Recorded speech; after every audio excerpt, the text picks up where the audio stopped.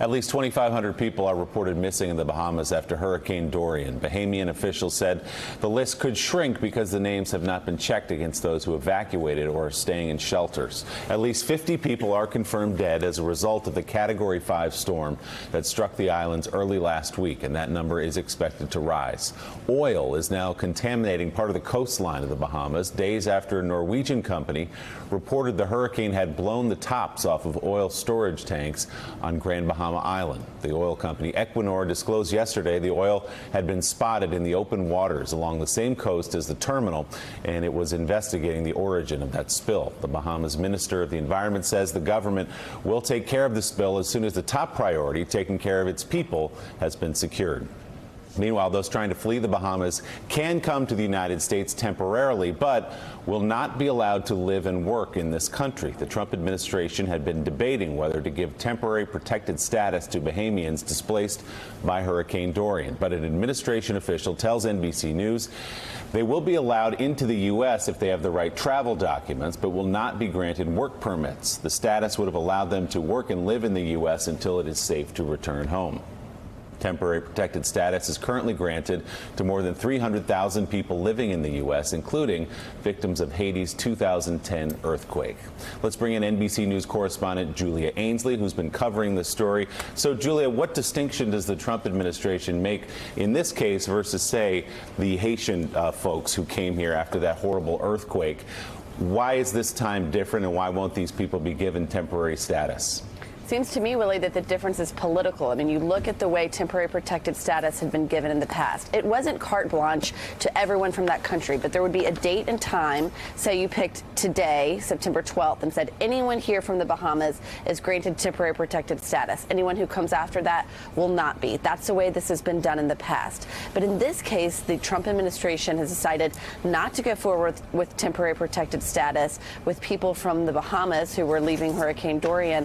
And a large part because temporary protected status is something that this administration does not like. They have tried to end it for countless other countries. Some they have. It's something that people who are fans of Stephen Miller have been fighting against because they think that it gives people too long to live here. Often they could stay 10 or 15 years because it takes so long for their home countries to be deemed safe. So in this case, it seems to be rooted in the administration's beliefs about immigration more so than the actual conditions on the ground there in the Bahamas. Julia, when you were here a couple of days ago, we were talking about what the Bahamian people would need to come to the United States, and you said they'd have to have a passport, they'd have to have the right travel documents. The Trump administration underlined that again today. Is that unusual? Is that something we've seen before, where the victims of natural disasters would need travel documents just to arrive here?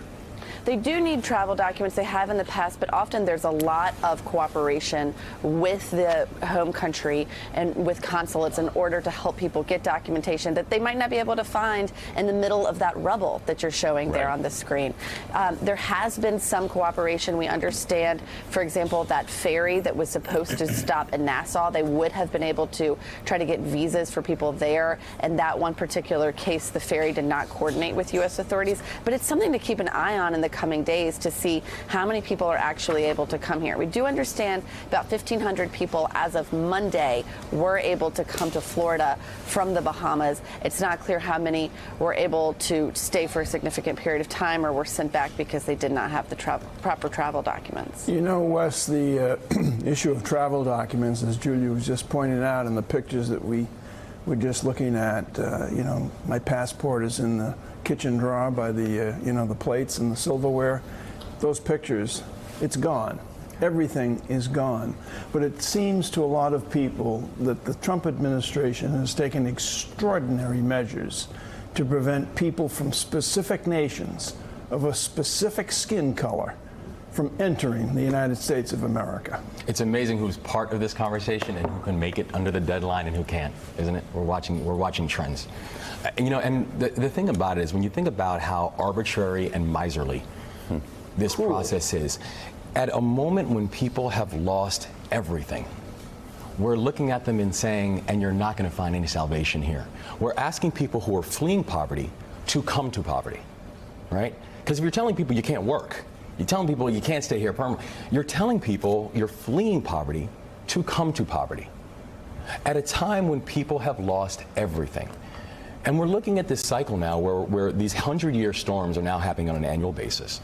This is going to be a recurring theme that we've got to prepare for as a world, and got to have policies that can actually then reinforce the basic humanity that people are going to need. I think about, our work where, especially dealing with migrants. At Robin Hood. At Robin Hood. One of the programs that we fund is a program called iCare, where essentially, what iCare is, it's providing immigration attorneys and other types of supports to migrant children who are in the process of deportation hearings. Because other than that, they'd be defending themselves, children. It goes back to a basic idea of humanity. And we're proud of the fact that New York City is now seeing a success. And you watch how if you give a child in that situation actual legal supports, that their chances of support and chance of staying actually skyrocket. Basic legal supports. But it still is underlined by a basic fabric of humanity. Willie, it is really, when you look at these pictures and you realize how close this is to the United States of America, and the pain and suffering that these human beings are enduring. And then you look at the country that Donald Trump is the president of. It's the richest country on the planet. Donald Trump himself is the biggest spending president of all time, the largest deficits of all time, the largest debt of all time. The biggest budget of all time that even Rand Paul said was the most reckless spending possibly in the history of this country.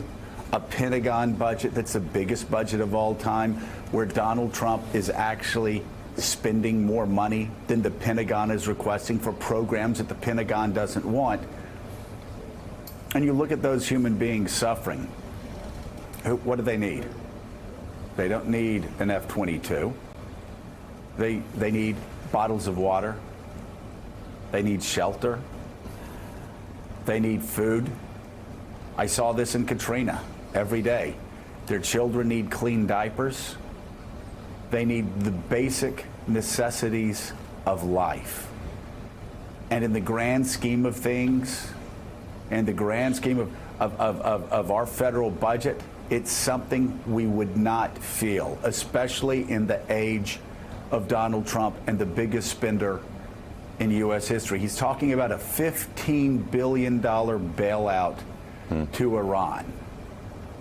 I mean, this is, again, a guy that gave $15 billion in a socialist scheme to the largest agricultural, industrial industries out there, because his protectionism and his trade wars have hurt American farmers so much. Brother, can you spare a dime? That's what this would be like to Donald Trump's administration into the budget, to help these people, to keep these people alive, to show just a shred of humanity in this time of trouble. He's making making a version of the caravan argument that he made for the migrants coming up from Central America about the Bahamas after a hurricane. Here's what he said and why he wants to be, quote, tough. We have very bad people, some very bad gang members, and some very, very bad drug dealers, the president said of the people trying to flee the hurricane in the Bahamas. It's interesting, as Wes points out, Susan, the groups of people that he chooses to label that way. It is. And yesterday, on the 18th anniversary of 9/11, I was downtown at an event sponsored by Governor Pataki with Daniel Lipskin, the designer of the rebuilding of Lower Manhattan.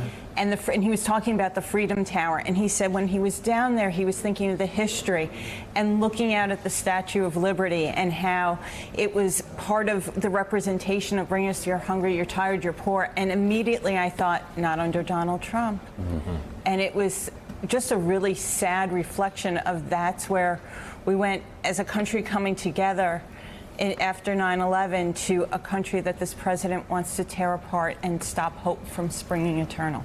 Julia, last word. And you know, I was just going to say, Willie, really quickly, it's another example, though, of how the lack of humanity really overrides any policy decisions. It is, as I've said, and as people know that have followed my career in Congress, I'm very conservative when it comes to immigration and making sure that people that come here legally.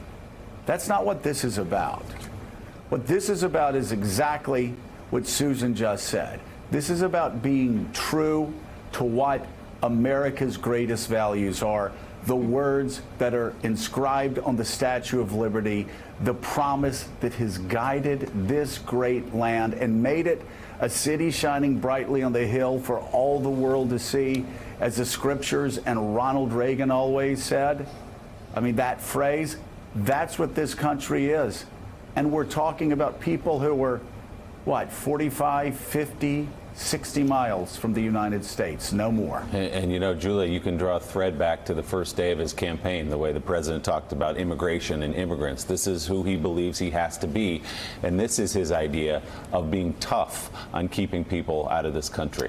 It's true, Willie. I mean, one of his first actions in the first week in office was the travel ban, something we don't often talk about anymore, but there was a third iteration of that is in place now that places restrictions on people coming here from a number of countries. That is something that the president campaigned on, and he continues to use as an issue. And sometimes there have been so many policies just this summer you could look at, just with the Supreme Court yesterday saying that they could go forward, the Trump administration could go forward and deny asylum requests for people coming through Mexico, that they have to claim asylum there before they can come to the United States and be eligible. That is one of the toughest, that is the toughest asylum restriction that this administration has been able to successfully implement. And the acting director, Ken Cuccinelli of U.S. Citizenship and Immigration Services, said yesterday he will start implementing that. There have been so many policies this summer throughout the administration. Some have gone into effect, some haven't. Sometimes it starts to just get lost in the weeds of actually what is being done here. But we're seeing a systematic change that's having a very real impact on thousands of people's lives. NBC's Julia Ainsley, know you'll stay on top of this story. Thanks so much, as always, for your reporting. Coming up here, from deep fake video to phishing and fake news, what Axios is calling the misinformation age and how it's hurting more than just our politics. We'll be right back. We have to be very careful. Everybody needs totally proper documentation because the Bahamas had some tremendous problems with people going to the Bahamas that weren't supposed to be there.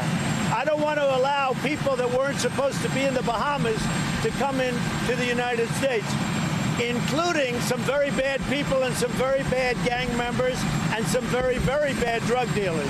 Thanks for checking out MSNBC on YouTube, and make sure you subscribe to stay up to date on the day's biggest stories. And you can click on any of the videos around us to watch more from Morning Joe and MSNBC. Thanks so much for watching.